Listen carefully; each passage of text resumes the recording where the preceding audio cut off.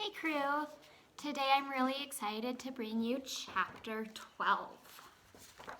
Chapter 12, The Mirror of Erised. Christmas was coming. One morning in mid-December, Hogwarts woke to find itself covered in several feet of snow. The lake froze solid and the Weasley twins were punished for bewitching several snowballs so that they followed Quirrell around, bouncing off the back of his turban. The few owls that managed to battle their way through the stormy skies to deliver mail had to be nursed back to health by Hagrid before they could fly again. No one could wait for the holidays to start. While the Gryffindor common room and the Great Hall had roaring fires, the drafty corridors became icy, and a bitter wind rattled the windows of the classrooms. Worst of all were Professor Snape's classes down in the dungeons, where their breath rose in a mist before them, and they kept as close as possible to their hot cauldrons. "I do feel sorry," said Draco Malfoy one potions class, "for all those people who have to stay at Hogwarts for Christmas because they're not wanted at home." He was looking over at Harry as he spoke. Crabbe and Goyle chuckled. Harry, who was measuring out powdered spine of lionfish, ignored them.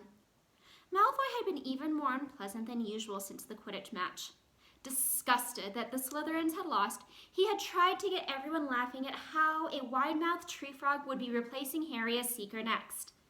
Then he realized that nobody found it funny, because they were all so impressed at the way Harry had managed to stay on his bucking broomstick. So Malfoy, jealous and angry, had gone back to taunting Harry about having no proper family. It was true that Harry wasn't going back to Privet Drive for Christmas.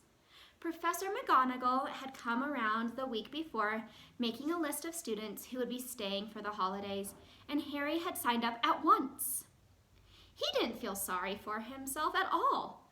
This would probably be the best Christmas he'd ever had. Ron and his brothers were staying too, because Mr. and Mrs. Weasley were going to Romania to visit Charlie. When they left the dungeons at the end of potions, they found a large fir tree blocking the corridor ahead. Two enormous feet sticking out of the bottom, and a loud puffing sound told them Hagrid was behind it. "Hi, Hagrid! Want any help?" Ron asked, sticking his head through the branches. "Nah, I'm all right. Thanks, Ron." "Would you mind moving out of the way?" came Malfoy's cold drawl from behind them. "Are you trying to earn some extra money, Weasley? Hoping to be a gamekeeper yourself when you leave Hogwarts? I suppose that hut of Hagrid's must seem like a palace compared to what your family's used to." Ron dived at Malfoy just as Snape came up the stairs. "Weasley!" Ron let go of the front of Malfoy's robes. "He was provoked, Professor Snape," said Hagrid, sticking his huge hairy face out from behind the tree. "Malfoy was insulting his family." "Be that as it may, fighting is against Hogwarts rules, Hagrid," said Snape silkily. 5 points from Gryffindor, Weasley, and be grateful it isn't more. Move along, all of you." Malfoy, Crabbe, and Goyle pushed roughly past the tree, scattering needles everywhere and smirking. "I'll get him," said Ron, grinding his teeth at Malfoy's back. "One of these days, I'll get him." "I hate them both," said Harry. "Malfoy and Snape." "Come on, cheer up, it's nearly Christmas," said Hagrid. "Tell you what, come with me and see the Great Hall. Looks a treat." So the three of them followed Hagrid and his tree off to the Great Hall, where Professor McGonagall and Professor Flitwick were busy with the Christmas decorations. Hagrid, the last tree, put it in the far corner, would you?" The hall looked spectacular. Festoons of holly and mistletoe hung all around the walls, and no less than 12 towering Christmas trees stood around the room. Some sparkling with tiny icicles, some glittering with hundreds of candles. "How many days do you got left until your holiday?" Hagrid asked. "Just one," said Hermione. "And that reminds me. Harry, Ron, we've got about half an hour before lunch. We should be in the library." "Oh yeah, you're right," said Ron, tearing his eyes away from Professor Flitwick, who had golden bubbles blossoming out of his wand and was trailing them over the branches of the new tree. "The library," said Hagrid, following them out of the hall. "Just before the holidays. Bit keen, ain't ye?" Oh, we're not working, Harry told him brightly. Ever since you mentioned Nicholas Flamel, we've been trying to find out who he is. You what? Hagrid looked shocked. Listen here, I've told ye, drop it.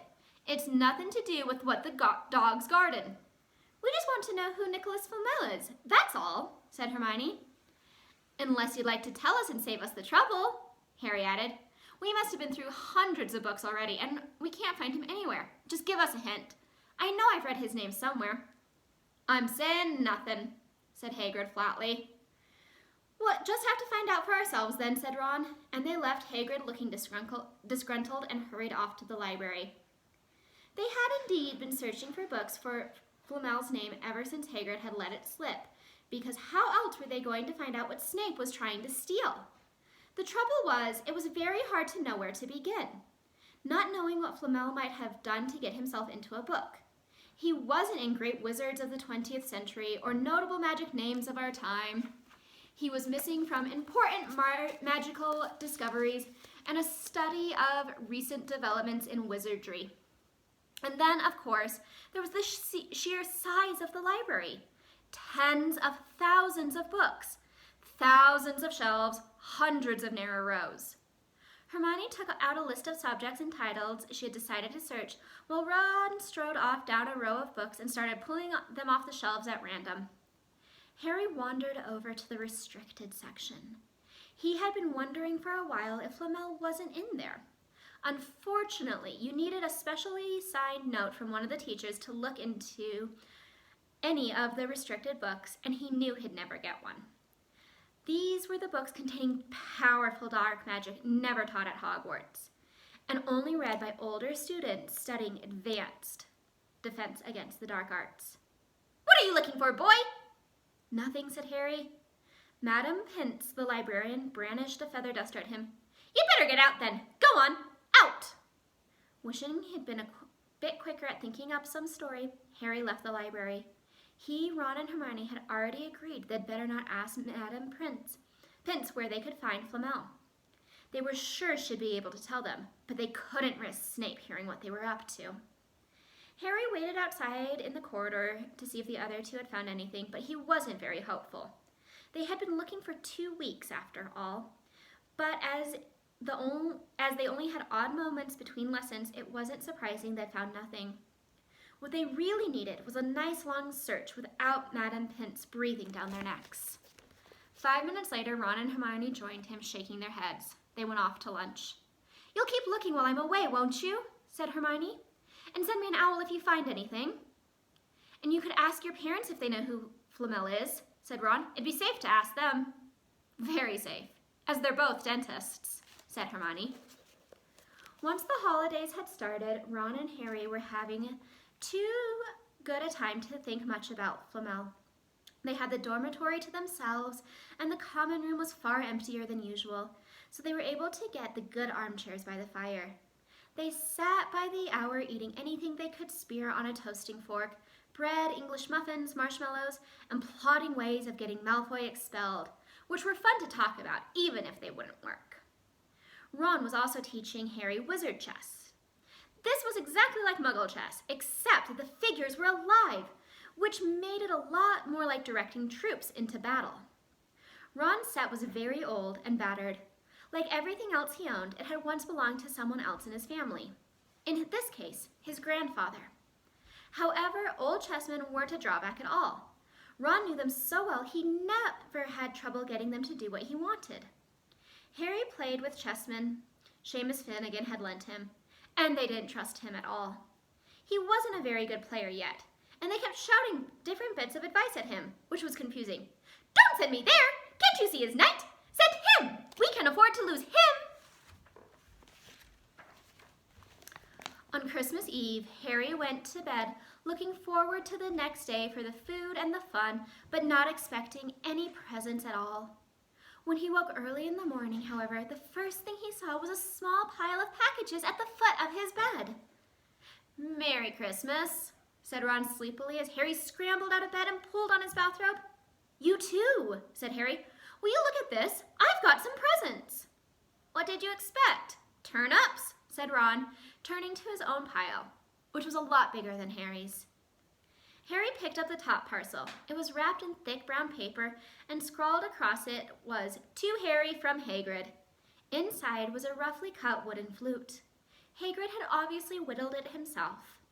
Harry blew it. It sounded a bit like an owl. A second, very small parcel contained a note. "We received your message and enclosed your Christmas present. From Uncle Vernon and Aunt Petunia." Taped to the note was a 50-pence piece. "That's friendly," said Harry. Ron was fascinated by the 50 pence. "Weird," he said. "What a shape! This is money?" "You can keep it," said Harry, laughing at how pleased Ron was. "Hagrid, my aunt and uncle. Who sent these?" "I know who that one is from," said Ron, turning a bit pink and pointing to a lumpy parcel. "My mum. I told her you didn't expect any presents and oh no," he groaned. "She's made you a Weasley sweater." Harry had torn open the parcel to find a thick hand-knitted sweater in emerald green and a large box of homemade fudge. "Every year she makes us a sweater," said Ron, unwrapping his own, "and mine's always maroon." "That's really nice of her," said Harry, trying the fudge, which was very tasty. His next present also contained candy, a large box of chocolate frogs from Hermione. This only left one parcel. Harry picked it up and felt it. It was very light. He unwrapped it. Something fluid and silvery gray went slithering to the floor, where it lay in gleaming folds. Ron gasped. "I've heard of those," he said in a hushed voice, dropping the box of every flavored beans he'd gotten from Hermione. "If that's what I think it is, they're really rare and really valuable. What is it?" Harry picked the shining silvery cloth off the floor. It was strange to the touch, like water woven into material. "It's an invisibility cloak," said Ron, a look of awe on his face. "I'm sure it is. Try it on." Harry threw the cloak around his shoulders, and Ron gave a yell. "It is! Look down!" Harry looked down at his feet, but they were gone. He dashed to the mirror. Sure enough, his reflection looked back at him, just his head suspended in midair, his body completely invisible. He pulled the cloak over his head, and his reflection vanished completely. "There's a note," said Ron suddenly. "A note fell out of it." Harry pulled off the cloak and seized the letter. Written in narrow, loopy writing he had never seen before were the following words. "Your father left this in my possession before he died. It is time it was returned to you. Use it well. A very Merry Christmas to you." There was no signature. Harry stared at the note. Ron was admiring the cloak. "I'd give anything for one of these," he said. "Anything. What's the matter?" "Nothing," said Harry. He felt very strange. Who had sent the cloak? Had it really once belonged to his father? Before he could say or think anything else, the dormitory door was flung open and Fred and George Weasley bounded in. Harry stuffed the cloak quickly out of sight. He didn't feel like sharing it with anyone else just yet. "Merry Christmas! Hey look, Harry's got a Weasley sweater too!" Fred and George were wearing blue sweaters, one with a large yellow F on it and the other a G. "Harry's is better than ours though," said Fred, holding up Harry's sweater. "She obviously makes more of an effort if you're not family." "Why aren't you wearing yours, Ron?" George demanded. "Come on, get it on. They're lovely and warm." "I hate maroon," Ron moaned half-heartedly as he pulled it over your head. "You haven't got a letter on yours," George observed. "I suppose she thinks you don't forget your name. But we're not stupid. We know we're called Gred and Forge." "What's all this noise?" Percy Weasley stuck his head through the door, looking disapproving. He had clearly gotten halfway through unwrapping his presents as he, too, carried a lumpy sweater over his arm, which Fred seized. "P for prefect. Get it on, Percy. Come on, we're all wearing ours. Even Harry got one." "I don't want," said Percy thickly as the twins forced the sweater over his head, knocking his glasses askew. "And you're not sitting with the prefects today either," said George. "Christmas is a time for family." They frog-marched Percy from the room, his arms pinned to his side by his sweater. Harry had never in his life had such a good Christmas dinner. 100 fat roast turkeys, mountains of roast and boiled potatoes, platters of chipolatas, tureens of buttered peas, silver boats of thick, rich gravy and cranberry sauce, The stacks of wizard crackers every few feet along the table. The fantastic party favors were nothing like the feeble muggle ones the Dursleys usually bought, with little plastic toys and their flimsy paper hats inside. Harry pulled a wizard cracker with Fred, and it didn't just bang, it went off with a blast like a cannon and engulfed them in a cloud of blue smoke, while from the inside exploded a real admiral's hat and several live white mice. Up at the high table, Dumbledore had swapped his pointed wizard's hat for a flowered bonnet and was chuckling merrily at a joke Professor Flitwick had just read him. Flaming Christmas puddings followed the turkey. Percy nearly broke his teeth on a silver sickle embedded in his slice. Harry watched Hagrid get redder and redder in the face as he called for more wine, finally kissing Professor McGonagall on the cheek, who, to Harry's amazement, giggled and blushed, her top hat lopsided. When Harry finally left the table, he was laden down with a stack of things out of the crackers, including a pack of non-explodable luminous balloons, a grow-your-own-warts kit, and his own new wizard's chess set. The white mice had disappeared, and Harry had a nasty feeling they were going to end up as Mrs. Norris's Christmas dinner. Harry and the Weasleys spent a happy afternoon having a furious snowball fight on the grounds. Then, cold, wet, and gasping for breath, they returned to the fire in the Gryffindor common room, where Harry broke in his new chess set by losing spectacularly to Ron. He suspected he wouldn't have lost so badly if Percy hadn't tried to help him so much. After a meal of turkey sandwiches, crumpets, trifle, and Christmas cake, everyone felt too full and sleepy to do much before bed except sit and watch Percy chase Fred and George all over Gryffindor Tower because they'd stolen his prefect badge. It had been Harry's best Christmas day ever, yet something had been nagging at the back of his mind all day. Not until he climbed into bed was he free to think about it. The invisibility cloak and whoever had sent it. Ron, full of turkey and cake, and with nothing mysterious to bother him, fell asleep almost as soon as he'd drawn the curtains of his four-poster. Harry leaned over the side of his own bed, pulled the cloak out from under it. His father's. This had been his father's. He let the material flow over his hands, smoother than silk, light as air. "Use it well," the note had said. He had to try it, now. He slipped out of bed and wrapped the cloak around himself. Looking down at his legs, he saw only moonlight and shadows. It was a very funny feeling. Use it well. Suddenly, Harry felt wide awake. The whole of Hogwarts was open to him in this cloak. Excitement flooded through him as he stood there in the dark and silence. He could go anywhere in this, anywhere, and Filch would never know. Ron grunted in his sleep. Should Harry wake him? Something held him back. His father's cloak. He felt that this time, the first time, he wanted to use it alone. He crept out of the dormitory, down the stairs, across the common room, and climbed through the portrait hole. "Who's there?" squawked the fat lady. Harry said nothing. He walked quickly down the corridor. Where should he go? He stopped, his heart racing in thought, and then it came to him. The restricted section in the library. He'd be able to read as long as he liked, as long as it took to find out who Flamel was. He set off drawing the invisibility cloak tied around him as he walked. The library was pitch black and very eerie. Harry lit a lamp to see his way along the rows of books. The lamp looked as if it was floating along in midair, and even though Harry could feel his arms supporting it, the sight gave him the creeps. The restricted section was right at the back of the library.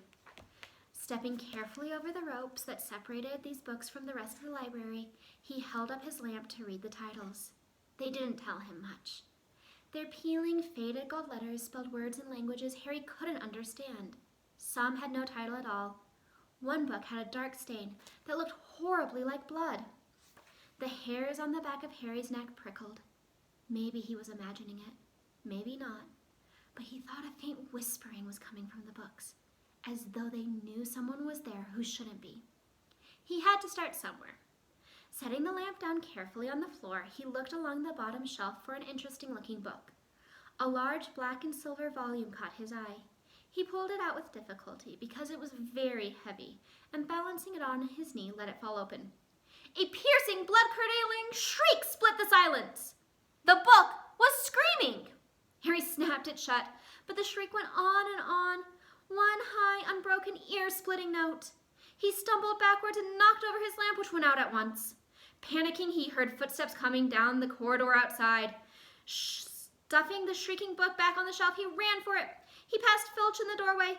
Filch's pale, wild eyes looked straight through him, and Harry slipped under Filch's outstretched arm and streaked up off the corridor, the book's shriek still ringing in his ears. He came to a sudden halt in front of a tall suit of armor.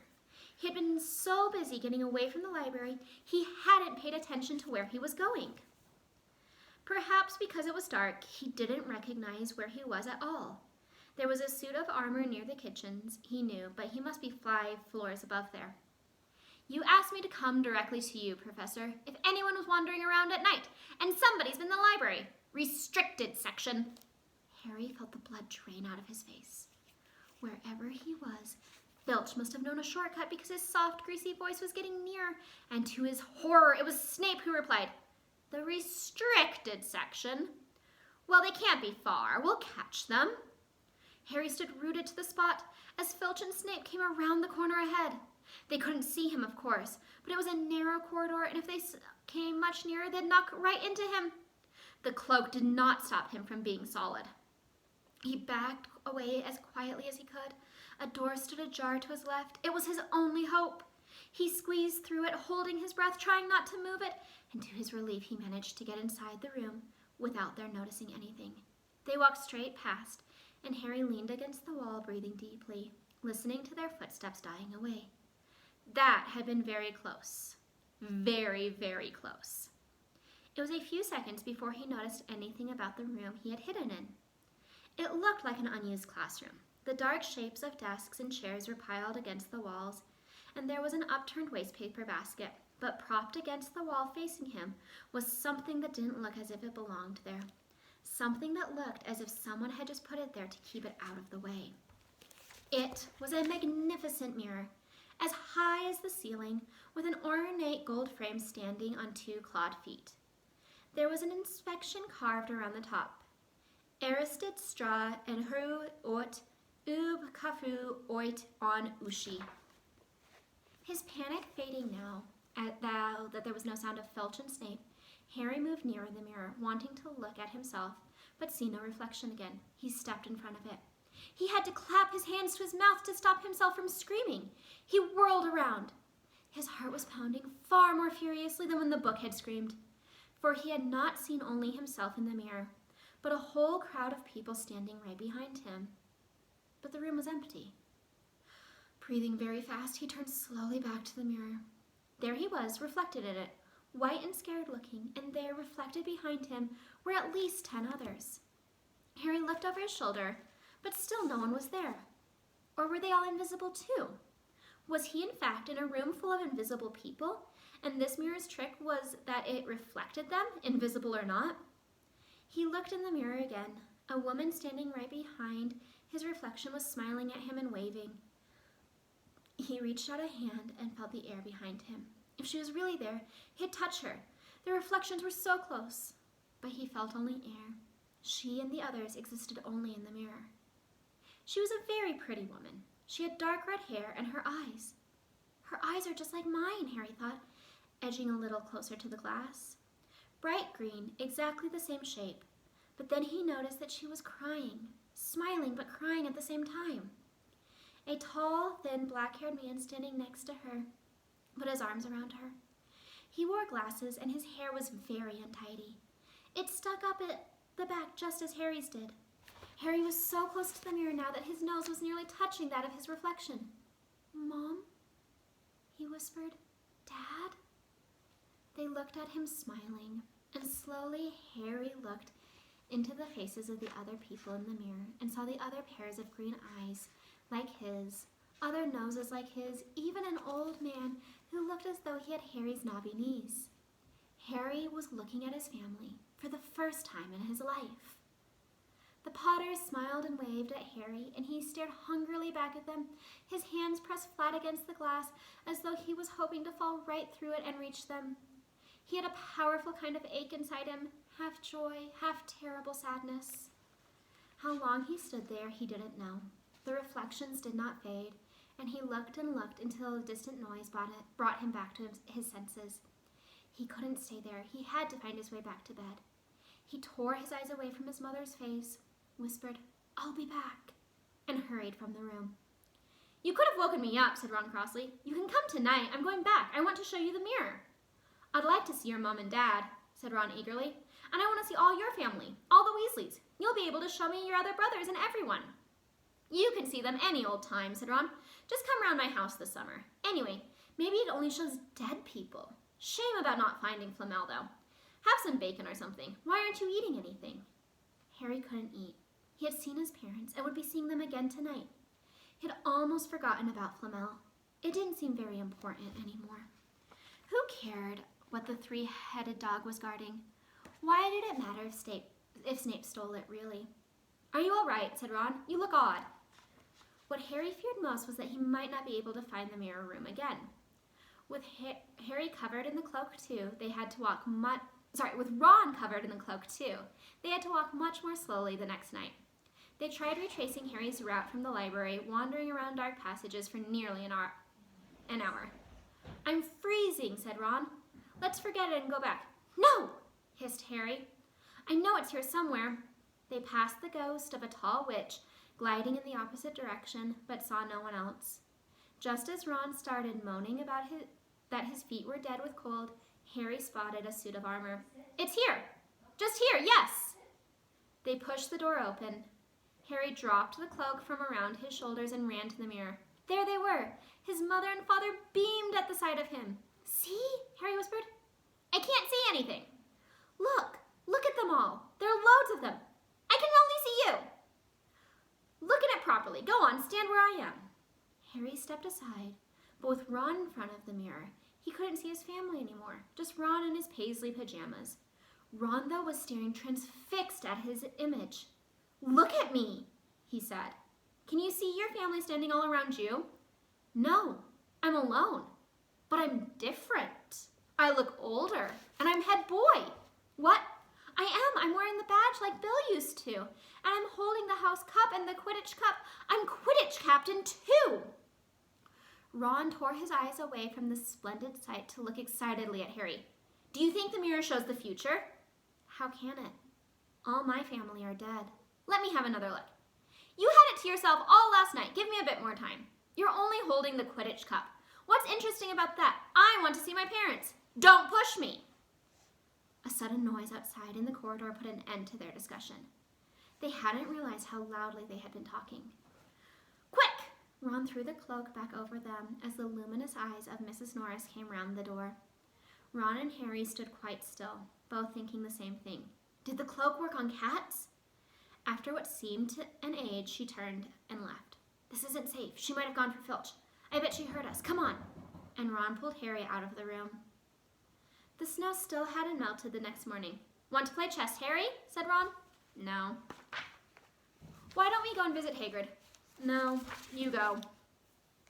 "I know what you're thinking about, Harry. That mirror. Don't go back tonight." "Why not?" "I don't know. I've just got a bad feeling about it. And anyway, you've had too many close shaves already. Filch, Snape, and Mrs. Norris are wandering around. So what if they can't see you? What if they walk into you? What if you knock something over?" "You sound like Hermione." "I'm serious, Harry. Don't go." But Harry only had one thought in his head, which was to get back in front of the mirror, and Ron wasn't going to stop him. That third night he found his way more quickly than before. He was walking so fast that he knew he was making more noise than was wise, but he didn't meet anyone. And there were his mother and father smiling at him again, and one of his grandfathers nodding happily. Harry sank down to sit on the floor in front of the mirror. There was nothing to stop him from staying here all night with his family. Nothing at all, except, "So, back again, Harry." Harry felt as though his insides had turned to ice. He looked behind him. Sitting on one of the desks by the wall was none other than Albus Dumbledore. Harry must have walked straight past him, so desperate to get to the mirror he hadn't noticed him. I didn't see you, sir." "Strange how nearsighted being invisible can make you," said Dumbledore, and Harry was relieved to see he was smiling. "So," said Dumbledore, slipping off the desk to sit on the floor with Harry. You, like hundreds before you, have discovered the delights of the Mirror of Erised. I didn't know it was called that, sir. But I expect you've realized by now what it does. It shows my family. And it showed your friend Ron, himself as head boy. How did you? I don't need a cloak to become invisible, said Dumbledore gently. Now, can you think what the Mirror of Erised shows us all? Harry shook his head. Let me explain. The happiest man on earth would be able to use the Mirror of Erised like a normal mirror. That is, he would look into it and see himself exactly as he is. Does that help? Harry thought. Then he said slowly, It shows us what we want. Whatever we want. Yes and no, said Dumbledore quietly. It shows us nothing more or less than our deepest, most desperate desire of our hearts.